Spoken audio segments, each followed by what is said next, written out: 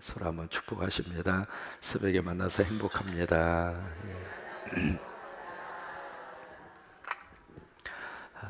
이사야라고 하는 이 성경은 크게 두 가지의 주제를 가지고 말씀을 주시는데, 첫 번째는 심판이고 두 번째는 구원이라고 하는 주제입니다. 심판에 대한 주제를 가지고 나오는 말씀이 1장에서 39장까지, 그러니까 전반부에서 이제 39장까지가 전체적으로 심판에 대한 내용을 다루고 있고, 그리고 이제 40장에서 66장까지는 이제 구원에 대한 문제를 다루고 있습니다. 이제 심판의 내용으로 들어가서 보시면은 우리가 좀 지도를 다시 한번 기억을 하셔야 될 필요가 있습니다. 뭘 그리죠? 빵떡을 그리고 그 다음에 뭘 꽂아요? 빵을 먹으려면 삼지창을 꽂아야 되잖아요. 그 다음에 뭘 그려요?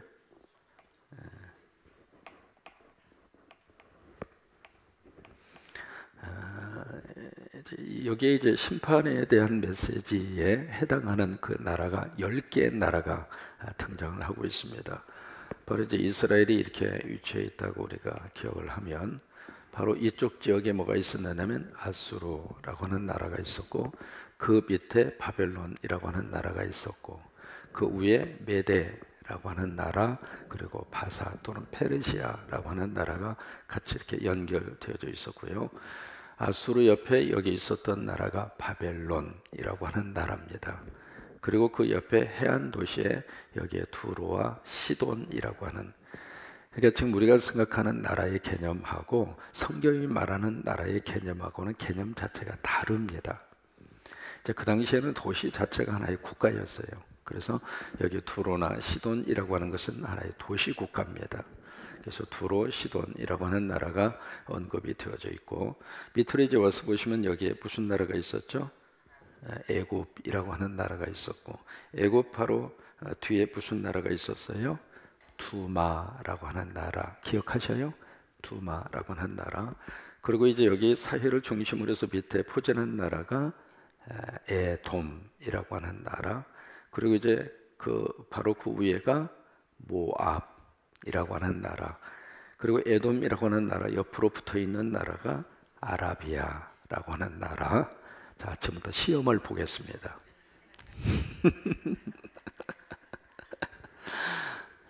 무슨 나라라고 그랬어요? 다메섹. 그 다음에 아수르. 그 다음에 여기까지만 하겠습니다. 그러면 지금 여기 북쪽이 이제 이스라엘이죠. 남쪽이 무슨 나라예요? 유다잖아요. 그러니까 이스라엘과 유다를 중심으로 해서 이런 나라들이 쭉 이렇게 포진을 하고 있는데, 이런 국제 정세 속에서 항상 치고 나가는 그런 세력이 이렇게 확장되는 그런 나라가 반드시 있습니다. 그 당시에는 어느 나라가 세력을 확장하고 있었느냐면 여기 아수르라고 하는 나라가 세력을 확장하고 있었어요. 그래서 확장된 그 세력을 가지고 주변에 있는 나라들을 지금 삼키는 거예요. 이제 그런 와중 속에서 이 북쪽 이스라엘이 호세아라고 하는 왕, 호세아라고 하는 북쪽 이스라엘의 19대 왕입니다. 호세아라고 하는 이 왕이 통치하던 그 시절 BC 722년에 아수르가 와서 삼켜버려요. 그리고 여기에 쓸만한 사람들을 다 포로로 아수르로 잡아갑니다. 그런 이제 속에서 이쪽 남쪽 유다죠. 이쪽에 남쪽 유다인데, 남쪽 유다의 왕이 누구였었느냐면 히스기야예요. 이 히스기야라고 하는 왕은 북쪽 이스라엘이 남의 나라에 의해서 저렇게 망하고 저렇게 괴롭힘 당하는 것을 보면서 깨달았어요. 왜 그러는가? 여러분, 어떤 남의 불행을 보면서 쾌재를 부를 것이 아니라 남의 불행을 보면서 왜 그러는지를 물어야 돼요. 왜? 그래야 내가 그 불행을 안 당하는 거예요. 근데 거기서 나라도 똑같습니다. 개인이든 나라든 모든 삶의 원리는 똑같이 통하는 거예요. 그러니까 나라도 그것을 빨리 배우는 나라는 더 이상 침략을 당하지 않고 굳게 설 수가 있는 거죠. 바로 이런 상황 속에서, 이런 국제 정세 속에서 이 호세아가 아수르에서 망하는 그런 속에서 이 남쪽의 유다는 어떤 그 정치적인 판세가 이루어졌느냐면 두 쪽으로 갈라진 거예요. 한쪽에서는 여기에 아수르라고 하는 이 나라에 붙어야 우리가 살 수 있다. 그래서 친아수르 정책을 지지하는 파가 생겼고, 또 한쪽에서는 아니다. 우리가 살 수 있는 곳은 애굽의 손을 붙잡아야 한다. 그래서 친애굽파의 그런 그룹이 생기게 된 거예요. 마치 지금 우리나라가 미국으로 우리가 향해야 된다. 중국을 손을 잡아야 된다. 그래서 지금 양분되어져 있는 것처럼 이 이스라엘이라고 하는 이 남쪽의 유다도 똑같은 그런 상황 속에 지금 처해져 있는 거예요. 이런 속에서 하나님이 이스라엘을 통해서 주시는 메시지는 이것도 저것도 아니다. 너희가 살 수 있는 길은 하나님이다. 여러분, 이 메시지는 오늘 우리나라가 꼭 다시 한번 들어야 될 메시지입니다. 우리 한국이 살 수 있는 길은 미국, 중국. 궁극적으로 보면 그들이 우리를 살려주는 것이 아니라 하나님이 살려주셔요. 그래서 지금 우리는 영적으로 다시 한번 정말 깨어나서, 왜요? 우리나라는 지금 아주 절대절명의 기로에 서 있습니다. 지금 이 몇 년 동안에 우리나라가 어떻게 이 방향을 잡느냐에 따라서 우리 후손들의 미래가 달려져 있다 이 말이에요. 그 어느 때보다도, 일제시대나 6.25 사변 때보다도 정말 우리는, 왜요?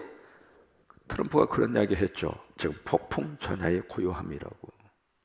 여러분, 그 말은 굉장히 암시적인 말이고 무서운 말이거든요. 이런 상황 속에서 저나 여러분이나 더 깨어서 하나님 앞에 엎드려서 기도해야 하고, 왜요? 민족의 위기 앞에 성도들의 눈물의 기도는 하나님이 받으셨어요.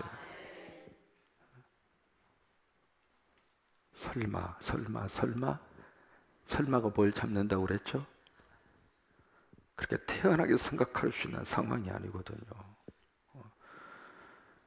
더 우리가 영적으로 하나님 앞에 깨어서, 왜요? 하나님에게 주권이 있고 하나님이 이 나라의 미래를 결정할 수 있는 분은 여호와 하나님이시기 때문에 그 하나님 앞에 기도할 수 있는 사람은 하나님의 사람밖에 없잖아요.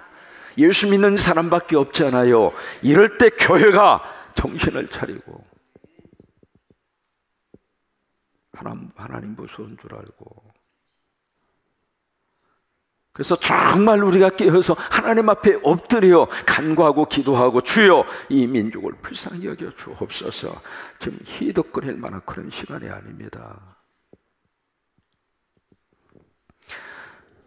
참 묘해요. 이 새벽에 이사야서를 하나님이 만나게 하신 이유 중에 하나도 우리 민족의 상황과 그 당시의 상황이 너무 절박하게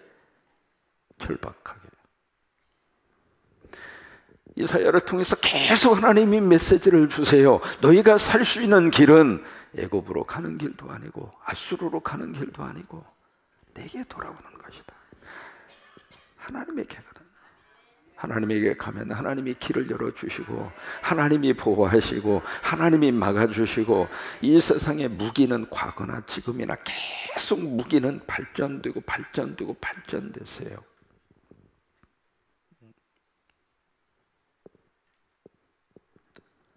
그것이 우리를 지켜주는 궁극적인 우리의 가장 중요한 힘이 아니라, 우리의 힘은 하나님이 우리의 힘이라고 하는 거예요.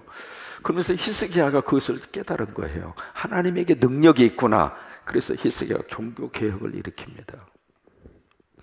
이제 그러니까 종교개혁의 역사가 일어난 다음에, 그 다음에 이제 시드기야라고 하는 이 왕 때, 이게 그동안에 이 바벨론의 세력이 더 커진 거예요. 커져서 바벨론이 아수르를 먹고, 그리고 나서 이 바벨론이 남쪽의 유다를 침략하게 되는데, 그때가 이제 시드기야거든요. 그러니까 히스기야의 종교 개혁을 통해서 그래도 시드기야까지 약 한 130년 동안 그 나라의 생명이 유지가 된 거예요. 여러분, 이것이 우리가 믿음으로 바로 서면 하나님이 그 나라의 운명도 연장시켜 주신다. 그래서 저나 여러분이 더 열심히 하나님 앞에 나와서 기도하고 간구하고 눈물을 쏟아 바치면서, 이런 열망에 대한 심판의 메시지가 1장에서 39장까지 쭉 이렇게 나오고 있습니다. 그리고 나서 이제 40장의 구원에 대한 메시지로 딱 들어서면서, 그러면서 딱 나오는 선포의 말씀이 위로하라. 너희는 내 백성을 위로하라. 저는 이 말씀이 개인적으로 아주 신학교 시절에 잊을 수 없는 그런 추억이 있는 말씀이에요. 김정준 박사님이라고 하는 분이 계셨어요. 한국신학대학의 구약학 교수이십니다. 이분이 이제 개인적으로 어떤 분이냐면 폐결핵 3기 환자였습니다. 그래서 이제 그 당시 폐결핵 거의 죽을 병이었잖아요. 그래서 폐결핵에 걸려서 이분이 마산결핵요양소 그쪽으로 이제 들어가셔서 생활을 할 수밖에 없었는데, 그 마산결핵요양소가 어떻게 되어 있느냐면 1호, 2호, 3호, 4호, 5호, 6호, 7호, 8호 그리고 시체실 이렇게 되어 있는 거예요. 그러니까 병의 상태에 따라서 조금 금방 치료받고 나갈 사람은 1호실, 조금 거기서 좀 심하면 2호실 이렇게 옮겨진대요. 그래가지고 8호실까지 가면 그 다음에는 시체실 들어가기 직전이래요. 그때 그 김정준 교수님이 어디까지 갔느냐면 7호실까지 간 거예요. 그러니까 7호실까지 갔다는 이야기는 이제 거의 목숨이 거의 끝났다 그런 이야기예요. 각혈을 하고 더 이상 견딜 수 없을 정도로 이제 그런 상태 속에 계셔서 가만히 침대에 누워서 이제 죽을 시간만 기다리고 있는 그런 순간인데, 그 순간에 이분이 무슨 생각이 들었느냐면 이래 죽으나 저래 죽으나 마찬가지인데 내가 믿는 예수 그리스도 복음이나 증거하다가 죽자, 그런 마음이 들은 거예요. 여러분, 사람이 막다른 골목에서 말이죠, 어떤 나를 치고 다시 한번 살리게 하는 그런 생각을 하나님이 주실 때가 있거든요. 근데 그 생각이 딱 들어서 엉엉엉 기어서 피를 토하면서 치료실에 있는 그 환자가 다니면서 복음을 전하는 거예요. 그런데 여기에 6호실이나 5호실이나 7호실보다는 형편이 좀 낫잖아요. 그래도 좀 낫잖아요. 근데 자기보다 더 열악한 환경이 있는 분이 와서 복음을 전하고 예수를 믿으라고 그러니까 마음을 활짝 열면서 그분들이 다 복음을 받아들이는 거예요. 근데 신기한 것은 7호실에서 8호실로 가야 되는데 각혈하면서 복음을 전하는데 7호실에서 6호실로 가는 거예요. 어머 세상에 6호실에 있다가 쫙 피를 토하면서 복음을 전하는 이제는 5호실로 오는 거예요. 5호실에 오다가 4호실로 가요. 하나님이 그렇게 역사를 하신 거예요. 그래서 결국 이분이 치유를 받고 나왔습니다. 남을 살리기 위해서 복음을 증거했는데 본인이 먼저 산 거예요. 그리고 이제 거기서 신학을 하셔서 영국의 에딘버러 대학에 가셔서 유학을 하시고, 그분이 우리 지금 여기 함태영 부통령이 왔다 가신 흔적이 있더라고요, 우리 교회에. 그 함태영 부통령이 저쪽 유럽 지역을 순방할 때 통역관으로 함께 참여해서 영어 통역을 하셨어요. 그리고 구약학에 대해서는 우리 한국신학대학의 김정준 교수님이 탑이었어요. 그분이 관여해서 남긴 흔적 가운데 하나가 바로 뭐냐면 공동번역이라고 하는 성경이 있습니다. 전 세계 기독교의 역사에서 신교하고 구교가 함께 성경을 번역한 역사가 딱 한 번 대한민국에서 있었는데, 그것이 바로 공동번역이라고 하는 성경이에요. 그것이 1976년도에 나왔습니다. 그 공동번역 작업을 할 때 거기에 구약을 그 번역하는 위원으로 참여한 분이 그 김정준 박사님이세요. 근데 그분이 구약학 개론 시간인데 저 시간에 딱 들어오셔서 성경을 딱 펼쳐서 읽는데 그 성경의 본문이 오늘 이사야 40장 1절이에요. 너희는 내 백성을 위로하라. 너희는 정다이 내 백성을 위로하라. 이제 그 말씀 이렇게 하시면서 진짜 그것을 가지고 첫 시간 강의를 하셨는데, 그 다음 주에 또 두 번째 시간에도 똑같은 본문을 가지고 똑같이 강의를 해요. 위로하라. 너희는 내 백성을 위로하라. 그러더니 세 번째 주에 세 번째 강의 시간인데도 똑같은 본문을 가지고 똑같이 해요. 위로하라. 그러기를 한 학기 동안, 놀래지도 않으시네, 한 학기 동안 구약 개론 시간에 딱 한 절 가지고 한 거예요. 여러분, 한 절, 이 1절 다시 한번 읽어보셔요. 이 1절 말씀이 얼마나 긴가. 엄청나게 길거든요. 1절 한번 같이 다시 한번 읽어봐요. 시작. 너희의 하나님이 이르시되 너희는 위로하라. 이 짤막한 이 구절 하나를 가지고 한 학기 동안, 거기서 제가 두 가지를 깨달았습니다. 첫째는 성경 말씀 한 구절 가지고도 몇 년 동안 말씀이 나올 수 있구나, 그걸 깨달은 거예요. 성경 말씀 속에 이렇게 깊고 심유한 그런 진리의 말씀이 한 구절 속에 이렇게까지 엄청나게 담겨져 있구나. 그때 이제 그분의 강의를 들으면서 내 지금도 잊지를 못합니다. 하나님이 지금도 똑같은 이 메시지를 우리에게 던져주고 있습니다. 위로하라. 왜요? 이 말씀을 받는 이스라엘들의 백성, 이스라엘 그 백성들의 심정은 여러분 헤아려 볼 수 있겠습니까? 심판의 메시지가, 준엄한 하나님의 심판의 메시지가 그냥 불꽃 같은 눈으로 막 쏟아지고 있는 그 순간 다 끝나고,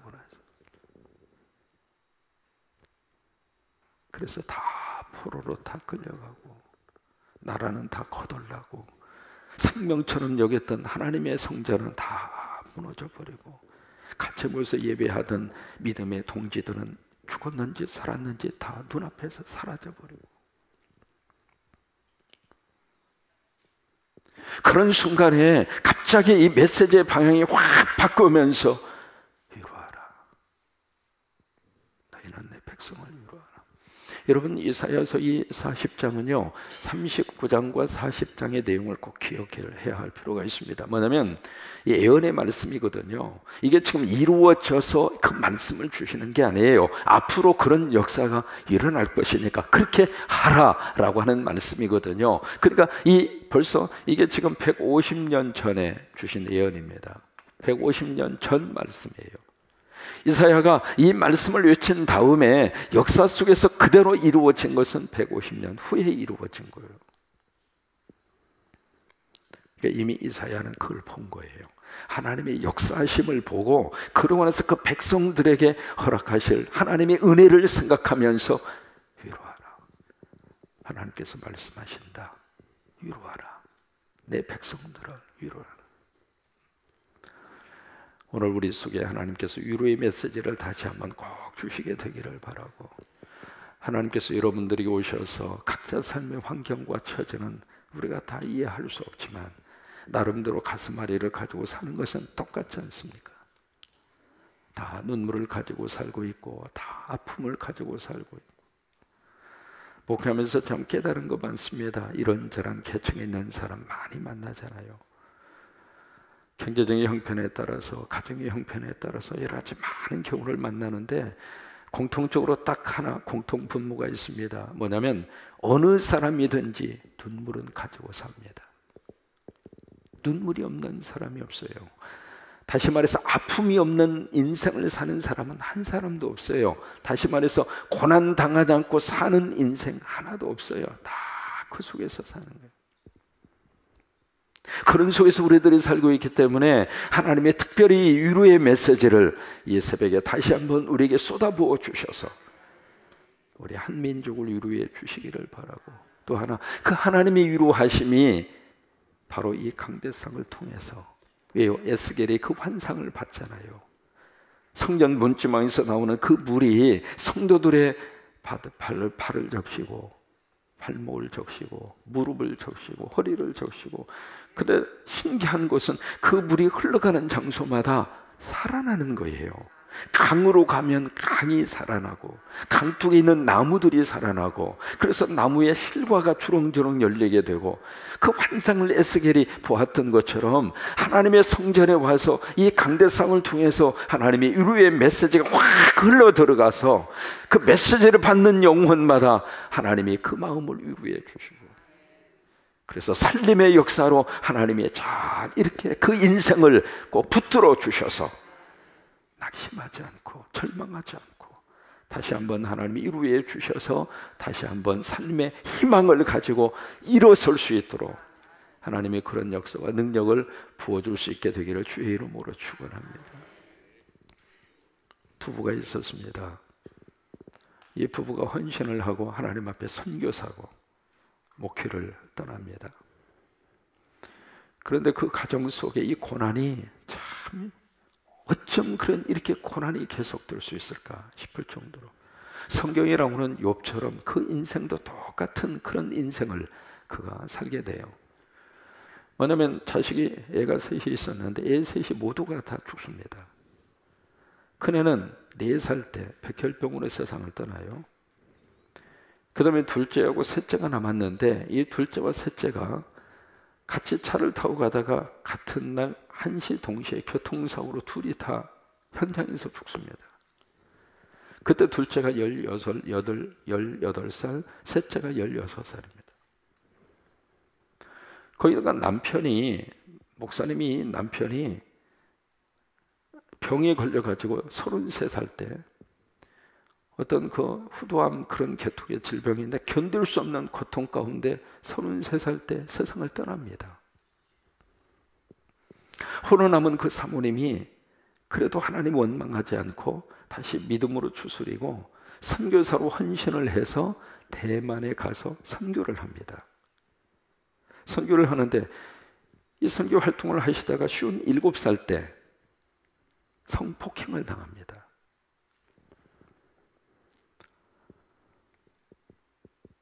와, 세상이 이 상황을 어떻게 설명해야 할까?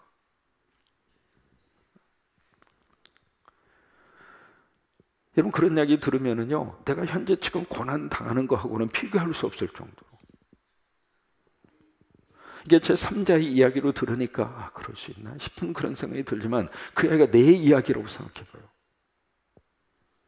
근데 그게 이제 계속 그 삶 속에서 그렇게 일어난 거예요. 일어났는데, 이제 그분의 그 이름이 누구냐면, 이름이 좀 독특한 그런 이름을 가지고 있는 분인데 볼레타 스텔 크롬니라고 하는 여 선교사님 이야기예요.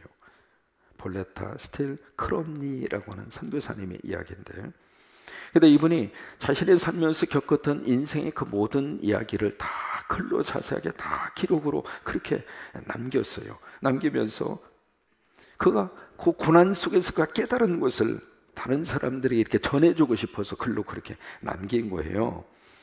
이제 그러면서 뭐라고 이야기하느냐면, 고통 중에 깨달은 진리는 인생길 가운데서 아무리 저주스러운 아픔과 고통이 찾아오더라도 그 고통의 순간에 임하시는 하나님의 위로가 있다면,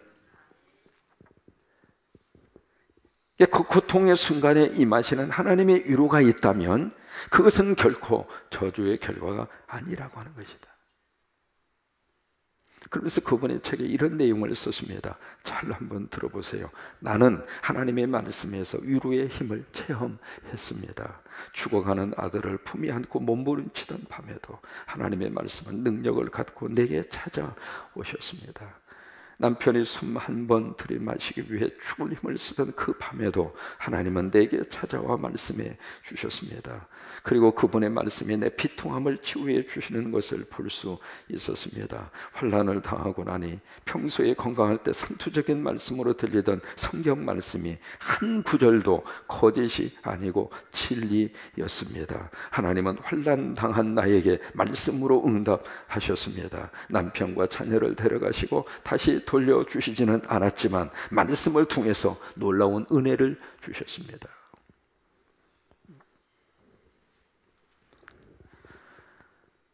견딜 수 없는 인생의 고통 속에서 하나님의 말씀으로 하나님은 우리를 위로하신다는 거예요. 하나님의 위로가 다시 한번 우리 속에 충만히 임하셔서 힘든 삶의 여정 속에서 고통 속에서 좌절하지 말고 다시 믿음으로 일어설 수 있게 되기를 바라고, 그 은혜가 넘치기를 주의 이름으로 축원합니다. 또 계속해서 우리가 새벽의 시간에 말씀드린 것처럼 이 나라를 위해서 같이 기도하는 하나님의 사람들로 저와 여러분이 같이 새벽을 다시 깨울 수 있게 되기를 바라고, 그런 역사가 넘치게 되기를 주의 이름으로 축원합니다.